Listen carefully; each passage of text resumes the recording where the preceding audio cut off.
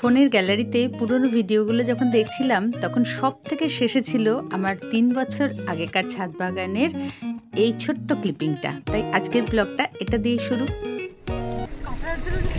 আমরা আজকে এত কিছু বাজার করলাম, দোকান করলাম, সব করলাম, কিন্তু ভুলেই গেলাম শুধু যে ক্যামেরাটা অন করতে হবে। হ্যাঁ,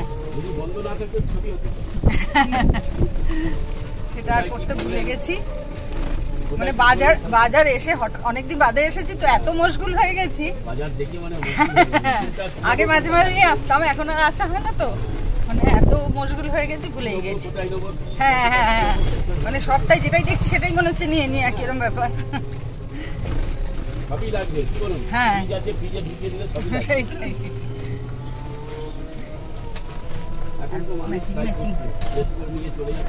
সেই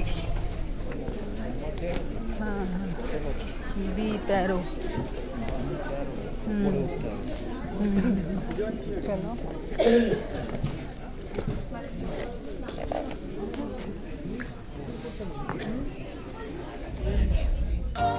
সকালবেলা ঘুম থেকে উঠেই পেয়েছিলাম একটা সারপ্রাইজ।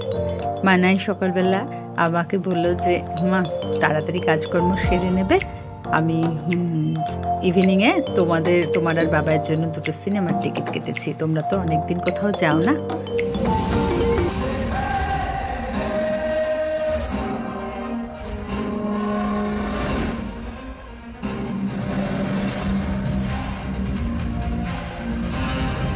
তোমাদের দাদা বরাবরই অ্যাকশন মুভিজ ভালোবাসে, কিন্তু আমি খুব একটা দেখতাম না, কিন্তু এই সিনেমাটা সত্যি অনবদ্য লেগেছে আমার।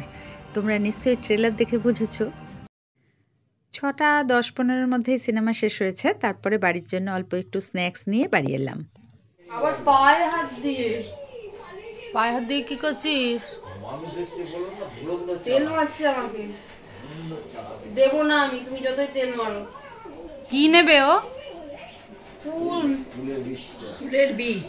ফুলটা নেবে বলে পাগল পাগল করছে, তখন থেকে গলায় আটকে যাবে।